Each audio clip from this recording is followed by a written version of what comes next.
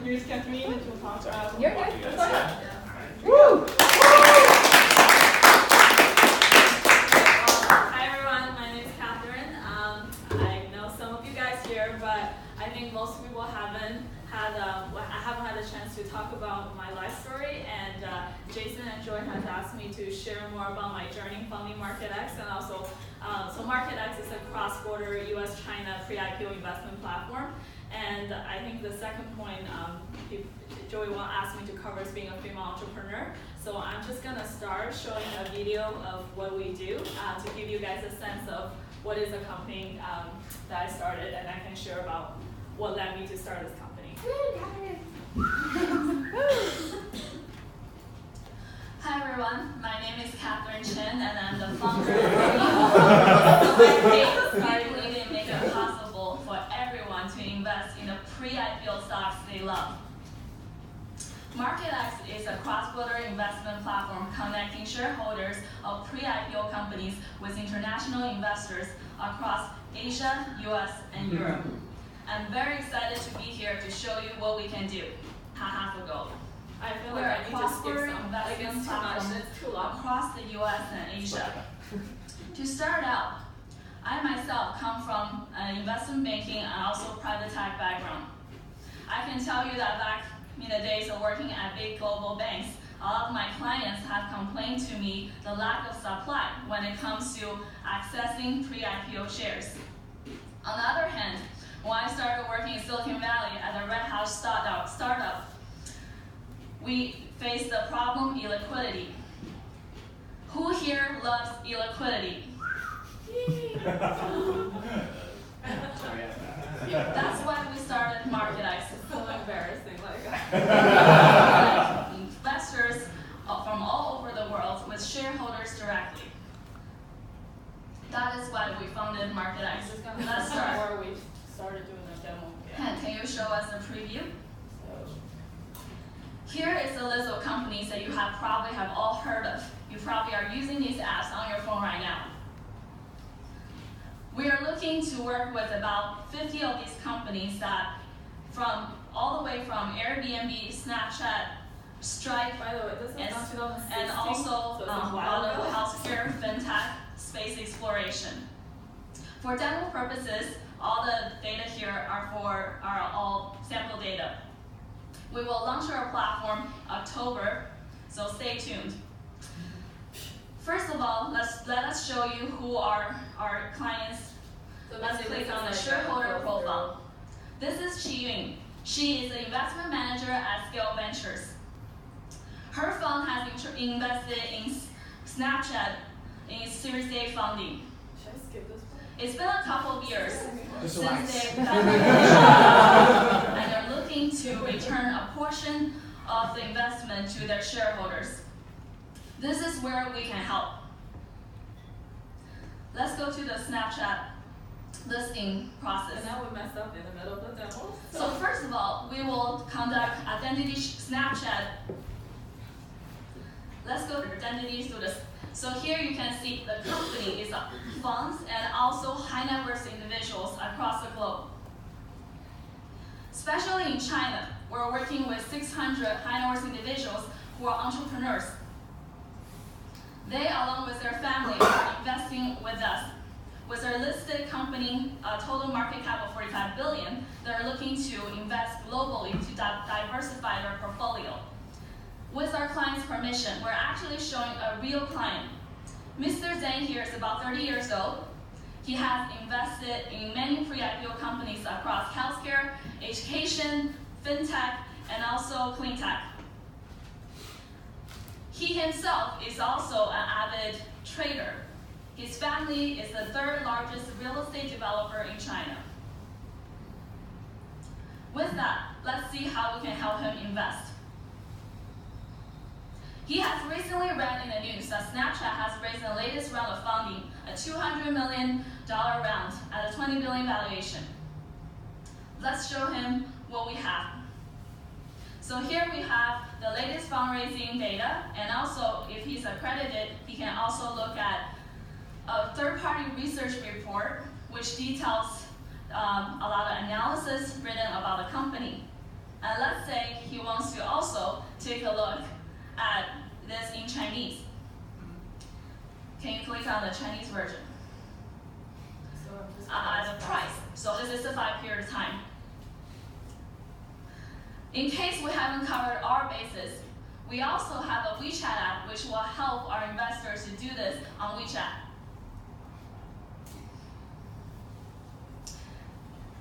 In case you haven't heard about WeChat, it is used by 700 million people currently in China.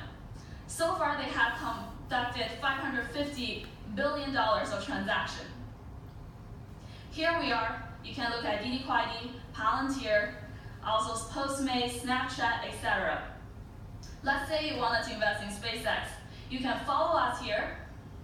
We will be able to chat with you in real time. And also, if you wanted to subscribe, we'll send the documents through WeChat. All right, done. Thank you very much. I am so glad this is okay. Like, I get really embarrassed about showing people this video because, like, I feel like I did a horrible job. But anyway, so to get started, I think I'm just going to talk about myself, like how everything came about.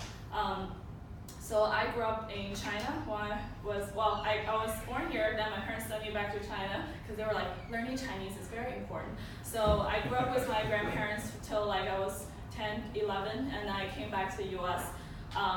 When I was living in China, I lived in a small town where our town gets flooded every year. So I remember when I was a 7-year-old, I would wake up 5 o'clock in the morning, take a bus, cross from one side of town to another for an hour, and then when it gets flooded, I will have to sit in a tub kind of thing and paddle to school. Like, that's my childhood.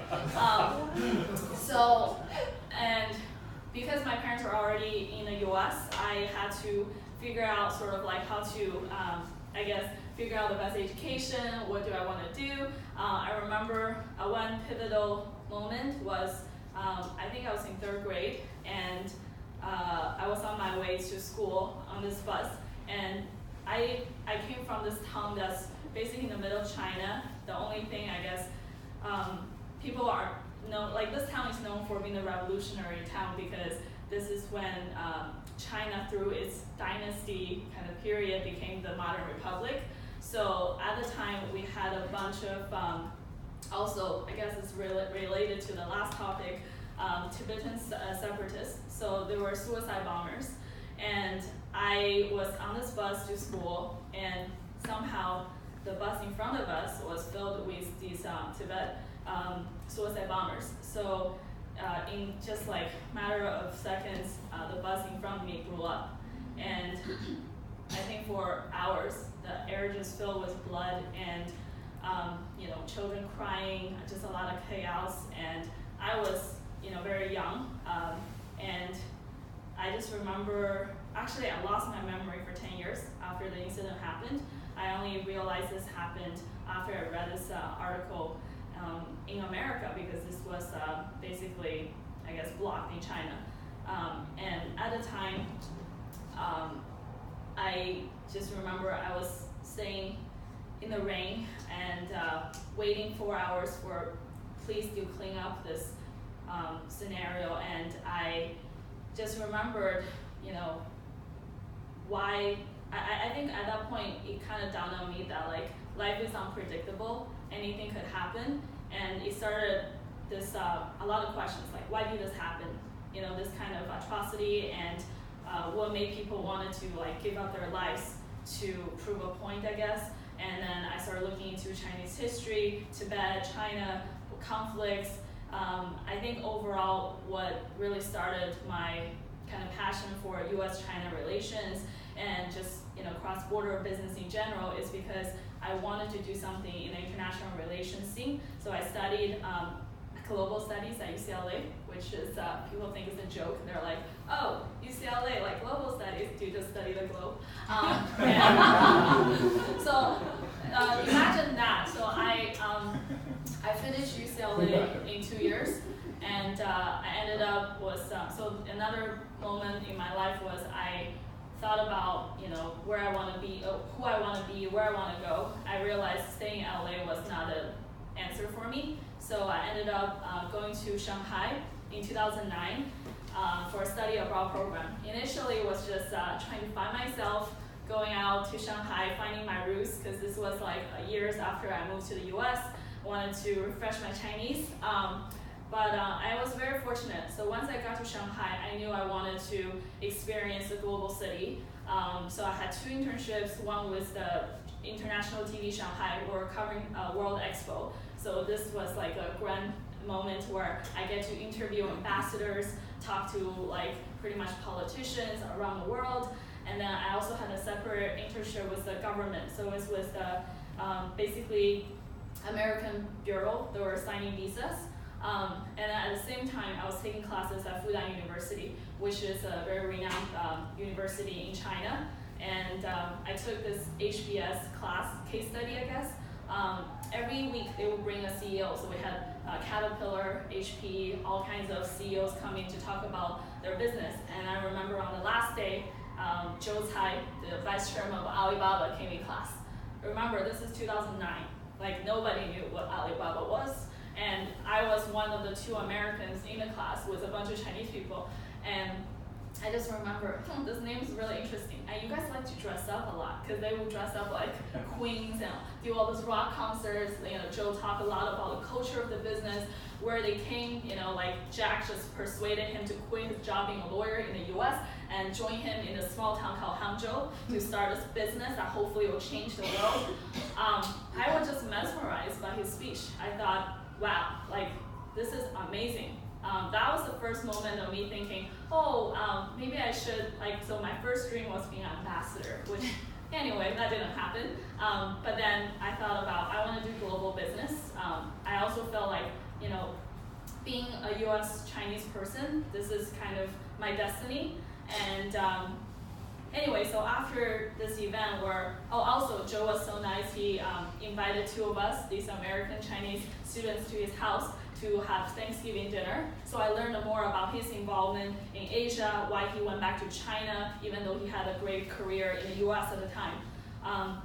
So then after that, I had a choice to either go work, because I already finished college, or I could do something else. So what I did is I ended up having a second bachelor at London School of Economics. So most people think I went there for a master's, but actually I just said, hey, I study global studies. My parents thought I was going to be out of job. They're like, what are you going to do with this? So I ended up studying economic history and finance at LSE. And I don't know if you guys have heard about LSE. It's a place to brainwash people to go into iBanking, basically. So I just remember my first week in London. I was so excited.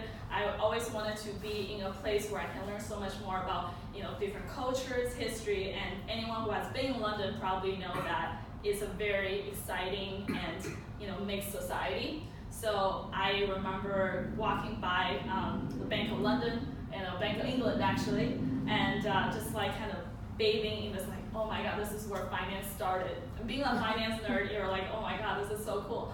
And I just remember having no finance or econ background. I spent 3 months studying finance because guess what? Recruiting season is there. 3 months, everybody started recruiting for investment banks. That's the only thing people think about. Actually, no. So the reputation for London School of Economics is that there are only 3 types of people. The first type is the people who, go into investment banking or consulting or law. The second type of people are people who like to basically start riots and kind of complain about the government, just constantly have these problems with world politics.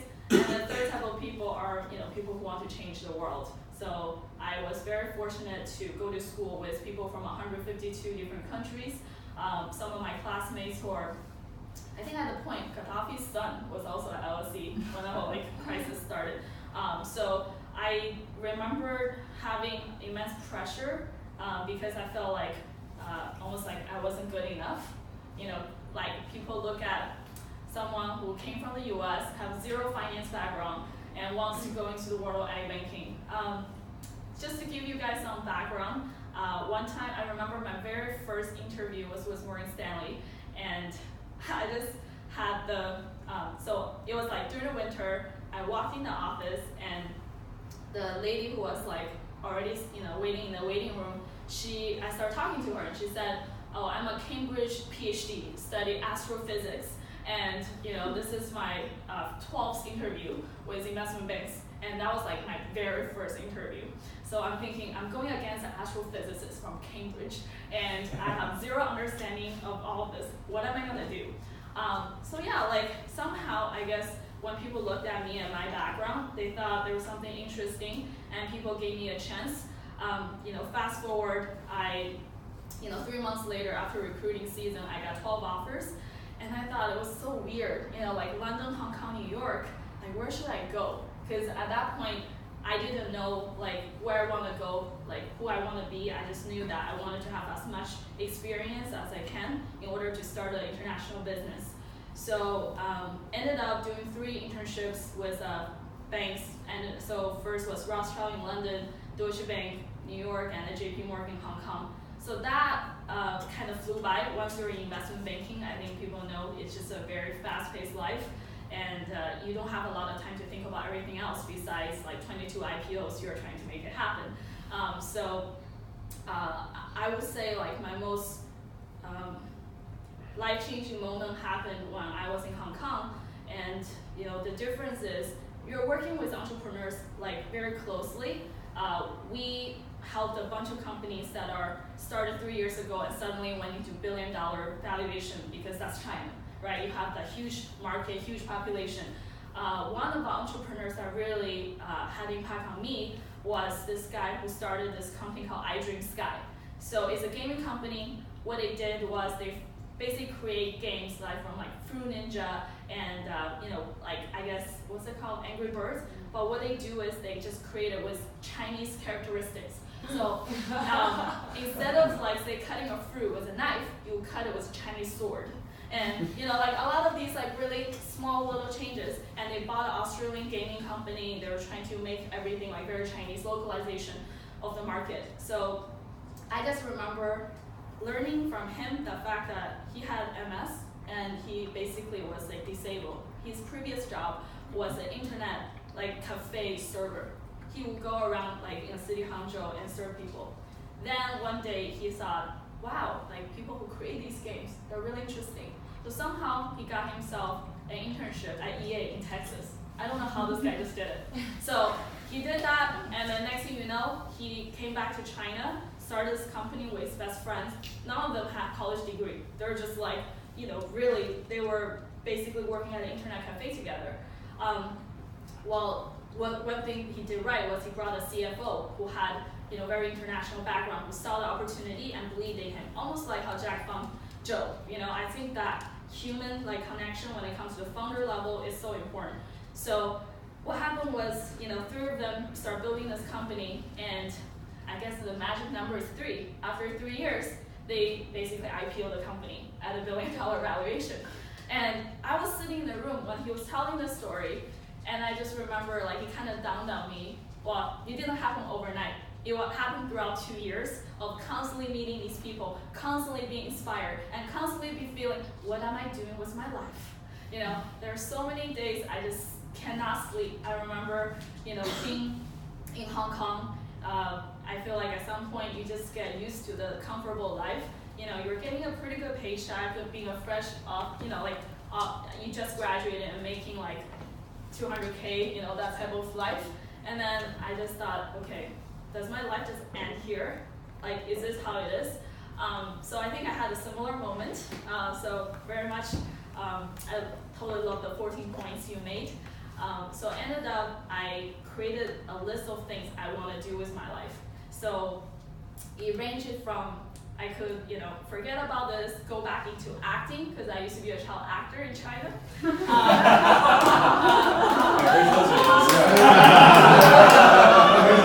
Forget market X. So, the background story is I am doing film financing as well right now, but anyway, that's beside the point.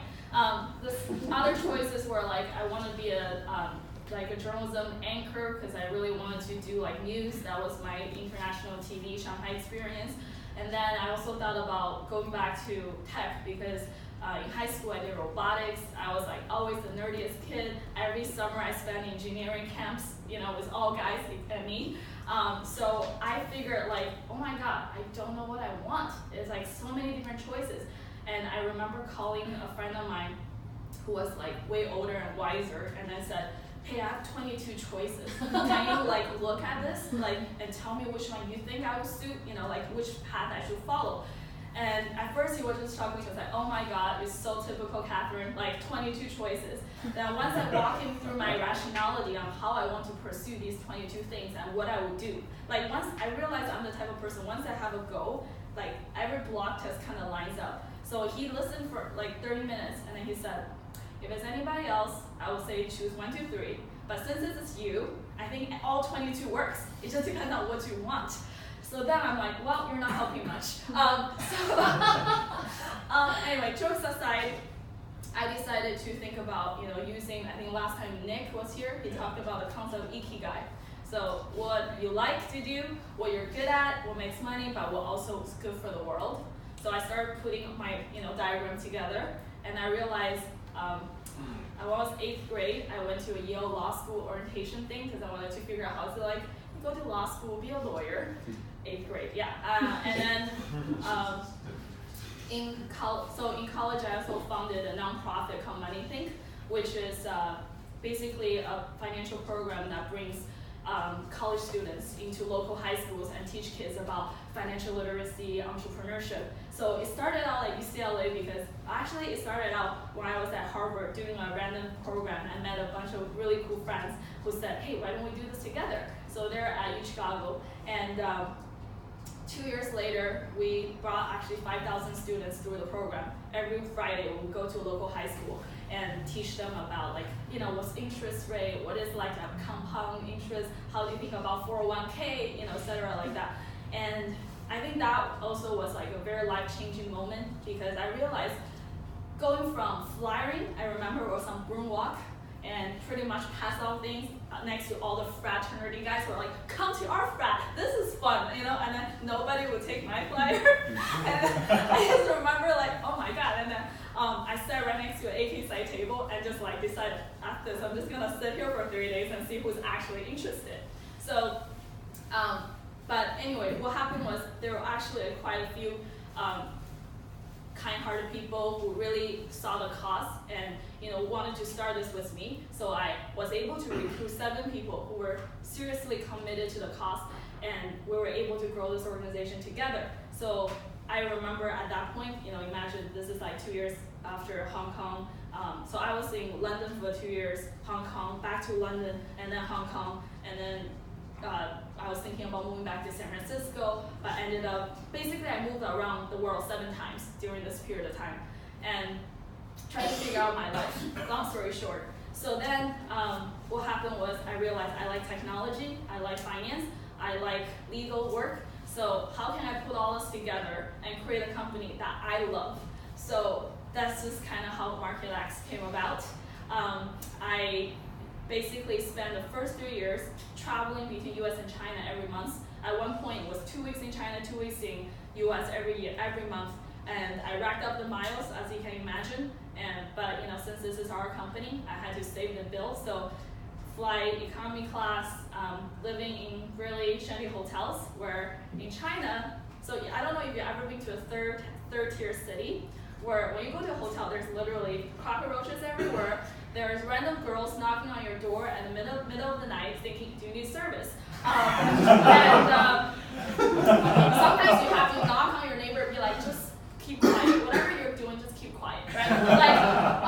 There are a lot of moments, like I was being by myself and I went to 22 cities, kind of like pretty much figuring out what's the market like in first tier cities like Beijing, Shanghai, Shenzhen, Hong Kong, what's it like in second tier cities, third tier cities. China is a huge place, it's like a continent, everyone operates differently, and even though I lived in China for the first 10 years of my life, I don't know if you guys understand the concept of guailo, like basically a white person. Everywhere I went, people were like, you're such a guailo. Like, I'm just like, I speak Chinese. And they're like, no, once you start talking, we already know you're like a guailo. So it took a while for me to like really figure out, how to kind of operate in that market. And obviously with the help of co-founders, I was able to establish an office in Beijing, Shanghai, and now we have Hong Kong and Singapore. So yes, exactly, Singapore. Yeah, so anyway, coming back to sort of the story of what makes me do this and why I think this is important. I personally have gone through sort of events where my parents are separated for a long time because the US-China policy. My dad was in the military, and due to visa reasons, they couldn't be together for 10 years. And then I saw a lot of, I guess, internal conflicts within the Chinese government. And the fact that, as a private citizen, there's very little you can do. One of the most saddening thing I learned was, as a Chinese person, you don't feel like there's a social mobility like we're in America. This is such a rare thing. I think people here take it for granted. You can just work hard, get an education, and move up the ladder. But in China, it's like you're stuck. Why? As a kid, I was going through this system where, my parents are also, Asian parents, where I had to learn piano, gymnastics, chess, everything while starting when I was 3. So 7 years old, you're put into a school system where it's like a province level competition. I remember we had to take exams where they rank you from number 1 to number 700, and they publish the results on a public board. So every day, every time you take an exam, you go and check where you are. Guess you're 7 years old. You already know where exactly you are in society. That's the life. You don't have a second chance. This is where you are. So all these kids who get discouraged and feel like they have no future, they do whatever with their lives because the system is so rigid, right? So there's a part of me, I feel like, my parents, even though they're also immigrants and, didn't have all the right opportunities, but they gave me a chance to see how it's like growing up in China, how it's like to grow up in US. And I fought for the opportunity to go to school in London. A lot of people felt like, she must be super wealthy and that's why she was able to do this. But actually every step of the way, I basically started the financial independence since I was 16. Paying for myself and going to school with a scholarship. Everywhere I travel minimum budget. So I think there's a lot of it is, by chance, by luck, and also just kind of how you plan your life. So back to where we are. I believe in order to do a business, you cannot be driven by money because it's so damn hard. I've already gone through co-founders separation multiple times. I've gone through the company. There's a lot of employee problems because we have US office, China office, constantly I'm working all the time. The last 2 years has been basically you sleep 3 hours a day and you work with people kind of day and night. My typical day in China will be working from 8 a.m. to 12 a.m. and then get on a call with my product team from 12 a.m. to 3 a.m. and then sleep for 3 hours and then start a day. So second thing is, I think, going back to why you want to start your own business, I think it's very hard. If you ask me again, would you do the same if you knew all these hardships? I would say I would be very afraid because, to be honest, starting this business has put me into depression multiple times. Starting this business has, I guess, forced me, or not forced me, but I had to give up my personal relationship for it, just because the time was so difficult to kind of match everything.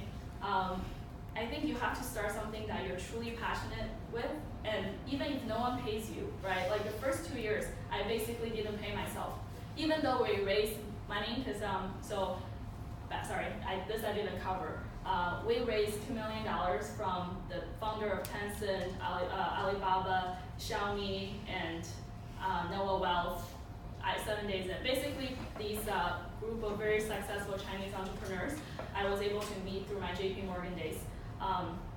So they were able to give us some money, but I wanted to put all that money into developing talents, into product development, into giving our employees opportunity to learn. So for example, I personally went through General Assembly for product management and coding course because I felt to start a technology company, you have to know that. So I also offer the opportunity to our employees. Let's say they're in China, they're able to go to some of the coding courses for free. If they want to come to US, I give them an option to travel to US every 3 months. So we sponsor the visa, we give them an opportunity to spend time here. So in order to kind of have that type of, providing these services, you basically have to save every penny you have, even though you raise a lot of money. So going back to, what do you want to do with your life? I think a lot of times people ask me, why did you do Market X? How did this come about? Did you plan every step of the way? I would say no. A lot of times it just kind of happened. I didn't know where I was going to go for college. I applied to a bunch of schools, got into Columbia, but somehow for my parents, being Asian, I was like, oh, close to my parents in LA. Went to UCLA, wasn't happy with it. Ended up in Shanghai and London. And then after London, I could have stayed in London and sort of like followed my Chinese parents' expectation, where it's like, you become a banker, you go down this route, you get married and be happy, right? Multiple times they would just say, honey, stop doing career suicide. Stop, just stop. Like, this is like, you've already gone from iBanking to a small startup. So before I started my own company, I was at a startup called Everstring. I was a 3rd employee there. And then after that, I ended up starting my own company. My parents were just like, what are you doing with your life? Just, can you please just find a guy and get married? So that's kind of the family I came from. I mean, granted, they were the most loving parents. They want the best for me. But I knew at some point I need to stop listening to them and just like chase what I think is the best way to live my life. Basically comes to, today I would say, now this is my year 4 of starting this company. A lot of things have changed. I realized, in terms of struggles, I find one of my struggles is that I am a very impatient person when it comes to work, and I always want to be like, okay, we're gonna achieve this $100 million goal. We're gonna go to a $200 million, and my team is always so stressed out. And at first I couldn't understand. I was like, we all signed up to do this together, right? Like, let's do this. And anyway, maybe it's the investment banker coming out. So, and then I realized, that actually created a lot of problem for the team because everyone was always feeling burned out, stressed out. So I realized it's very important to kind of find balance. I know it sounds like common sense, right? But in the startup world, it's like, you feel like everyone's killing it. Everyone's raising shit ton of money. Everyone's on TechCrunch, Forbes, like every single day, especially in Silicon Valley, and nonetheless in China. Oh my God, my friends were billion-dollar companies when we first started. Like, I worked with Vitalik back in, before this whole Ethereum thing blew up, and all these people who funded this. I mean, if I were living the FOMO, I would be like dead right now, right? So I just figured that, end of the day, does it really matter to me? What is this? And then I come back to my sort of first principle. Why did I start Market X? I think it's because my parents were given very little opportunity when they were, immigrants to America. My dad had to wash dishes. My mom had to work a second job. I started working as a programmer, designing a antique furniture website for this lady since I was 14. I just figured that for anything good to happen, it takes time and it takes a lot of hard work. Everyone, use the analogy or ducks, right? Everybody see us kind of floating around, but everyone's pedaling really hard. So I realized it's actually okay to be more, considerate of each other. We're all on this journey together to find out what kind of life we want to lead, what kind of path you want to go on. And for everyone, it's different. I mean, for myself, things have changed drastically. But I think that one driving force has been, I wanted to create more opportunities for others, and I wanted to contribute to this US-China bridge because somehow I was given this opportunity to work with big companies, small companies, working with people in China, US, and now Southeast Asia. I just got a random call the other day from the Abu Dhabi authority saying, hey, why don't you come to Abu Dhabi and start Market X, or white label your product? And I'm like, are you serious? This is weird, I think I'm really, flattered, but at the same time, I want to focus on what I'm doing right now. So I think sometimes, take the road less traveled and also just kind of be fearless. You don't know where you're going. I had no idea where I was going when I first started. Somehow, I got invited to the Shark Tank show in China, and this is about the female entrepreneurship story. Okay, so I got on this show because they were like, okay, why don't you talk about a Chinese American starting a business in US and China? Then guess what? The first question they asked me after my presentation wasn't about my product. It was like, why would a pretty Chinese girl come back to China and do a company? You should just get a guy and married. I was like, for real?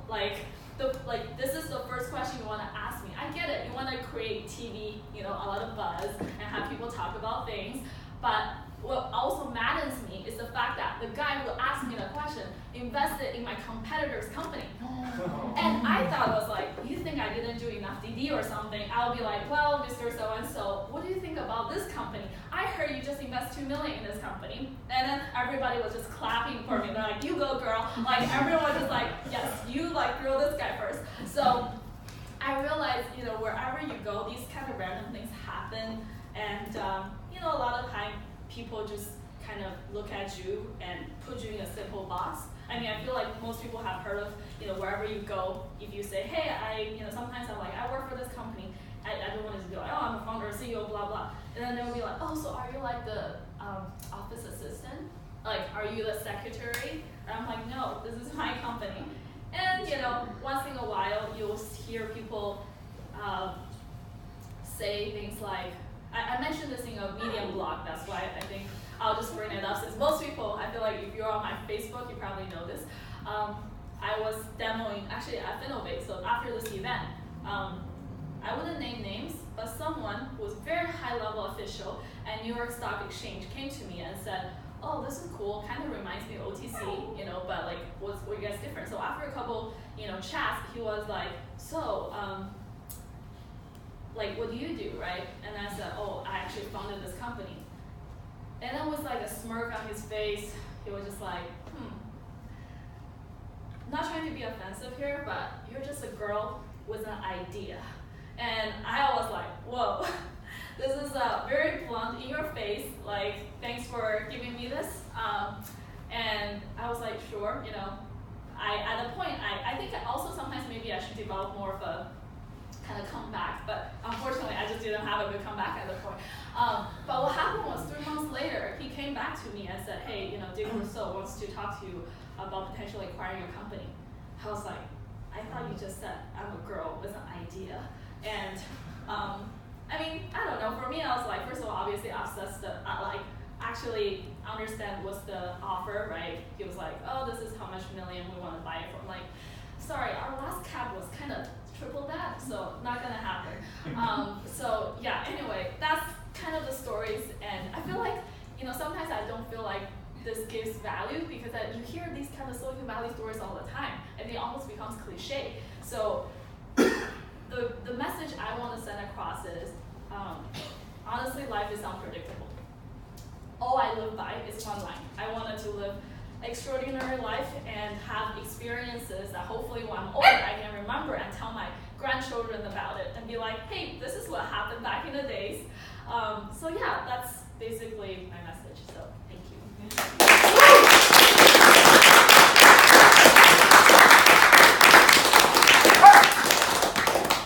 Can I start with a question? Oh, sorry. So you talked about your parents wanting you to live a safer life, getting married, and go for don't do career suicide, right? But then now that you did Market X, now that you're so successful, how have they changed their minds? Are they still wanting you to go on that path? Or? So that's an interesting question. I find it pretty amazed. So my parents are the type of people they're in LA now and they're Christians. So every year we have Christmas dinner. They everybody will be like, oh, my son's this, my daughter's this, engineers, doctors, right? And my mom will be very sad. Back in the day, I was in banking. She's like, I think my daughter's a teller at JP Morgan. This is how much they know about finance. So, and then I remember another year, my first year of starting a company. we had some guests who come and then, they start talking. I was in the kitchen helping out my aunt. And I remember this one guy telling my dad, Mr. Chen, like, what are you doing? Why don't you tell your daughter to get married? She's getting old. In China, you're like Shen, which is like the leftover. So like, I was like, first of all, I'm not that old, right? I'm in my late 20s. And then they went, it's kind of weird for your daughter to be like flying around the world and, does she have like stable income? What's going on? And I remember like, at that point, I thought my dad was gonna be like, kind of like similar mindset, but my dad was like, my daughter's different. That's why, we trained her on a military base when she was a kid. We taught her martial arts. We gave her, pretty much, I treated her like a son because I don't see the difference between guys and girls. And I think that's probably a reason why I have my personality right now. So I feel like deep inside, my parents are very proud of what I do. All they tell me is like, when they saw me on TV, because like, basically Chinese New Year, there's a thing where like a lot of people get featured on CCTV, like the one channel. And one time they somehow saw this like ad about my company, and they were like, I guess you kind of made it. Like, and then there was like this article written about me by this Chinese economic historian. And somehow my dad found it on his WeChat. So I don't know if you guys know, it's kind of like Facebook, but everybody's on WeChat. Your mom will send you random things like, don't use a cell phone at night because it will blow up. And like, so that's my parents. And I just remember my dad found this. And oh yeah, and then also my mom just watched a TV show about venture capital in China. It's a TV show. They made it very like boy-girl chasing each other. It was like very much like a drama, but it was about venture capital. And for the first time, my mom's like, oh, this is what you do. I'm like, thanks mom, like you had to watch it, and all these like random TV shows to understand. But yeah, like, this is pretty much like my life story. But at this point, like literally this happened in the last 6 months. My parents are finally like, I think I know what you do. And it sounds like pretty interesting. So then I went back to LA because we also have some clients there, Chinese Americans. And my mom's like, oh, by the way, so-and-so the other day called me and said, I saw something about this company that help people invest in pre-IPO companies. I think it's your daughter. And then my mom actually introduced her friend to me. And I was like, what is like, my mom's doing lead gen for me? Like, what is going on? Like, it was really funny because now I think they're very supportive and understand what I'm doing. So they're like helping in the smallest ways they can. But that just shows you how much parents are, like their love for you, right? They don't understand what you do, but they try to help in whatever they want. And they're, balancing love. I think that's what drives me to work hard, to live a, relatively healthy life. So yeah, anyway, long story. Yeah, thank you. Will you look at my list of 22 things that I want to become? Sure. Yeah. So, go ahead. So you thought of ikigai, right? So I don't know if everyone knows what that is. Do you feel it ikigai? Yeah. Do you feel like it's your ikigai though? I think, I would say like, I think it's a constantly evolving thing, right? Like there's nothing where you just set for it, but I think every couple of years I reevaluate. So I think this is an iterative process. When I think about my ikigai, it's like at this point, do I feel excited about what I'm doing? Do I think there's a meaning behind what I'm doing? So coming back to what Sorry, what's an ikigai? It's a Japanese concept of like, what do you love to do, what's good for the world, what makes money, and what you're good at. It's like a Venn diagram. Yeah, it's like a Venn diagram. It's the intersection of all those things. I'll pull it up for you. Yeah. And once you find it, then you find your ikigai. I'll get there one day.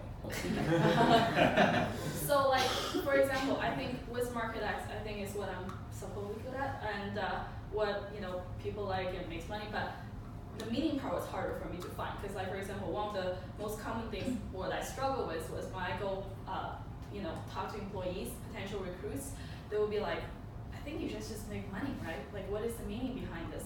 But then I think what they don't see is that like with my company, I try to bring together female entrepreneurship type of events in China. I go to a lot of places where we only do female focused investment topics, and we also started a fund. So now we have this kind of, I don't know, you guys have heard of, basically it's kind of, I guess sector or like, back back in the day, you have like an idea, if you don't like Trump, invest in these companies, right? Like an idea-based investing. So we tried to start with like, okay, female investment, fintech, SpaceX, like, space exploration.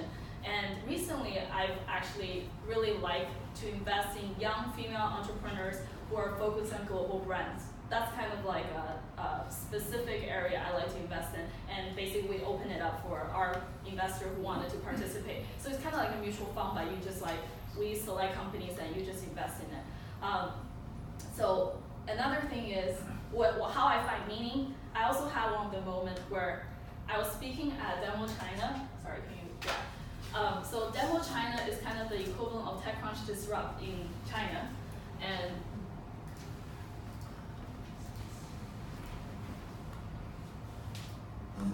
yeah, so we had this like, it was like 50,000 people audience. Everyone was there. I brought a bunch of startups from US to China to demo, and then we talked about like what's the difference like between US and China investment. And then like I just remember after I gave this talk, usually you have a lot of business development leads, right? People come talk to you about partnerships, etc. But then this girl, she was like probably like with glasses, 18 years old. She just like walked up to me and said, Cathryn 姐姐, or like basically she said in Chinese, was saying like big sister. I was like, whoa, like big sister? Okay, what you did up there, it just kind of opened my eyes. Because I never thought someone young, female like you is like up there with everybody else. I mean, I'm always generally the only girl on stage. And at the same time,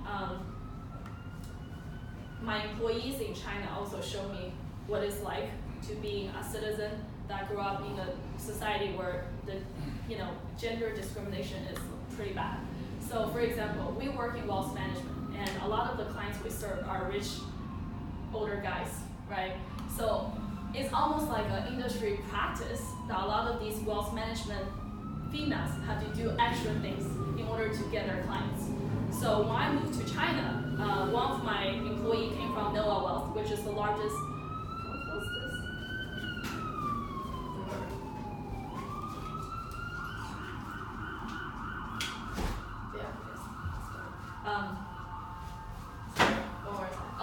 So one of the female employees came from Noah Wealth, and she actually was not meeting her basically sales target, and she came to me and we had a one-on-one, and I was trying to help her figure out like what exactly is not working, what can we do to help her meet the target. And I do this with all my employees, and she goes, I could hit this target by doing this. I was like, what is this? She said, I could go on vacation with this guy. He asked me to go on vacation, and after vacation, we can talk about business. I was like, no, you don't have to. I was working for JP Morgan where I had to file a sexual harassment case against this client. So, and my company protected me. And at that point, I was like, no, you don't have to. Like, even, let's just say this month you don't meet your target, well, I'll introduce other leads to you. I don't want you to do this kind of thing because this is not the type of company culture I want to develop. You know how many times even VCs have talked to me and said, you should just create they call menu sales, like basically pretty girl sales team. All you have to do is line these people up, and then people, like male clients will flock to you. I was like, am I running up, like I'm not a Pinterest, what are you talking about? Like, what is this? This is like a legit VC advice, I'm not joking. I've also gone into a situation where another VC said, so we went to like raise our C round, and I had a male co-founder who was like 45 years old, done like top sales guy, Deutsche Bank.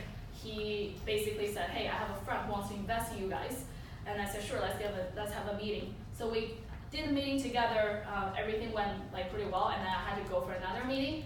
Right after I left, she told him, I think you should just ditch this girl and do this yourself.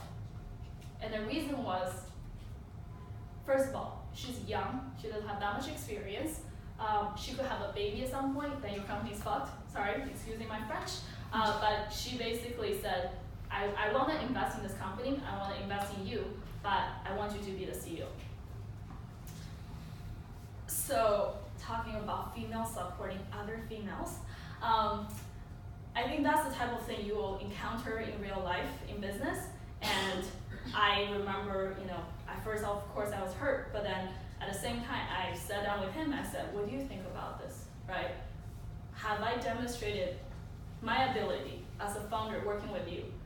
You are in China, I'm in US. I fly back to China every month to meet with you. I fly around the country doing roadshows by myself, and I recruit people. I want to demonstrate that I'm not here just being a pretty girl, right? If that's what you guys want me to do, you can hire other people. But I'm here to do something else, and I want you to just tell me whether this is enough for you or not. And I think when you meet people, you have a very candid, what they call, radical conversation. I think people, really show you how they feel, how they think. And not everybody's gonna tell you, yes, I'm gonna work with you. In fact, this guy decided not to work with me, right? He thought, okay, well, this VC told me this, right? I'm sorry, I'm gonna do whatever's best for me. So initially, it was definitely a huge kind of setback emotionally. But then I realized there's so many people out there, right? You gotta chase your passion no matter what. There are a lot of people who are gonna say no. There are a lot of people who are going to sabotage in every way possible. I mean, I've had people who also spread rumors about us, who had to fight lawsuits. The first year we went through our SEC audit, right? All these things were gonna come and you have no idea, but you just deal with it. End of the day, do you think it's worth it? Do you want to wake up the next morning and say, I still want to do this. I still want to go out there and do exactly what I do and bring people in. So I feel like I'm not, one thing I need to work on is being more motivational with my team. But I think that's at least what I live by, my message, my mantra to myself. Sorry, is that a long question? Long answer? Oh my God, I feel like I'm always kind of skipping. Yeah. Anyway. Thank you. That was good. Yeah. Is there any more questions? What are your main goals right now, just from a professional and personal side? That's a huge question. I have a list of 100. I'm sure you have many. One goal?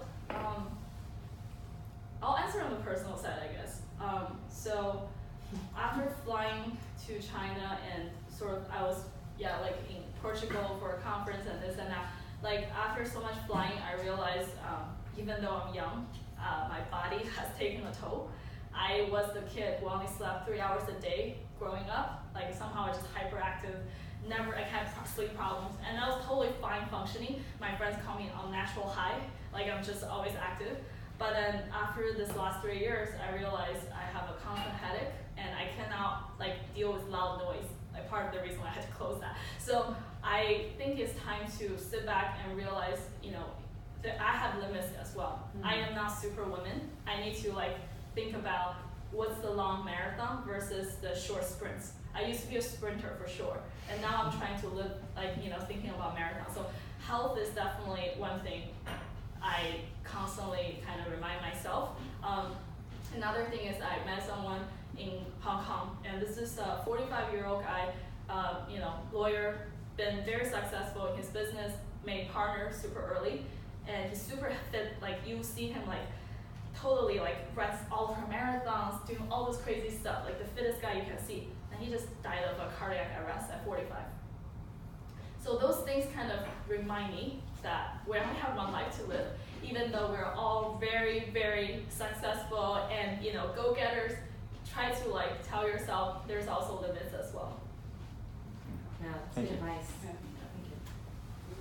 So how are you different now as a CEO and as a leader than when you first started your company? What skills have you learned? Or how do you just operate differently now than you did? This will be a candid answer. I think as a person, I believe I lacked a certain level of self-awareness. One of the things so every time we have an employee leaving, I will ask them to sit down with me and go through, what do you do not like about this company? What do you think would be areas for improvement? And one of the common things I came up was, Cathryn, not everyone functions or operates like you. You are a weird individual, and we don't mean that in any negative way, more everybody have different ways of communicating. education, different work lifestyles, you gotta find life balance, you know, you sacrifice everything for your company, but that's not what we signed up for, right? So I think the biggest difference is I've come to realize I need to be more communicative as a person. So for example, this past week, I took a class on Wednesday. It was called like deep communication. Like basically, I don't know if you guys heard of level 1, 2, 3 communication. So level 3 is when you have like really deep conversation and only talk about like what really matters. Like level 1 is like, hey, how's it going? How are you? You know, the SPAR talks. Level 2 is like, what do you do? Oh, can I, you know, like what's the business partnership here? Like we skip all those and we can only do level 3 communication. So I went into this room with 30 individuals who were all strangers at first. And then after a 3-hour communication, like half of the people are just like looking at each other like, oh my God, I'm so glad I met you. Like we have similar struggles. Like we talked about this girl's, you know, family problems, all of that. Like I just realized after that, I started to develop a different way of talking. Like if I'm having a conflict with everyone, with people, I'll be like, hey, this made me feel a certain way.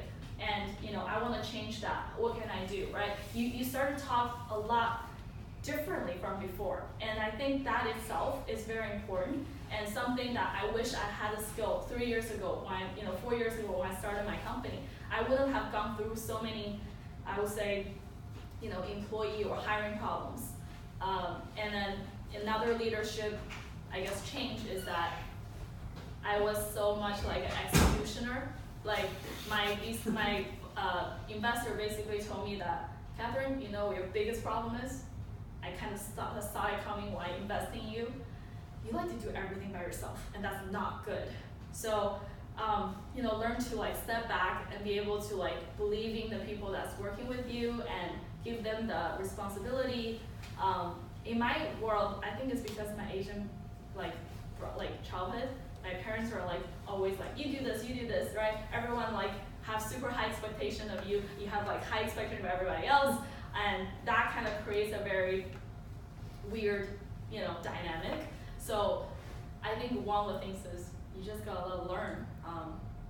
Let people do what they, you know, do their best job, and if it fails, you know, we come up with a solution to solve together versus be like, okay, I'll just take care of this and then you do this. I think this is common sense, but it really was a lesson for me. Okay, I think there's one last question, if any, you know, we're running out of time to discuss. Okay, then I think let's wrap up here. Thank you so much.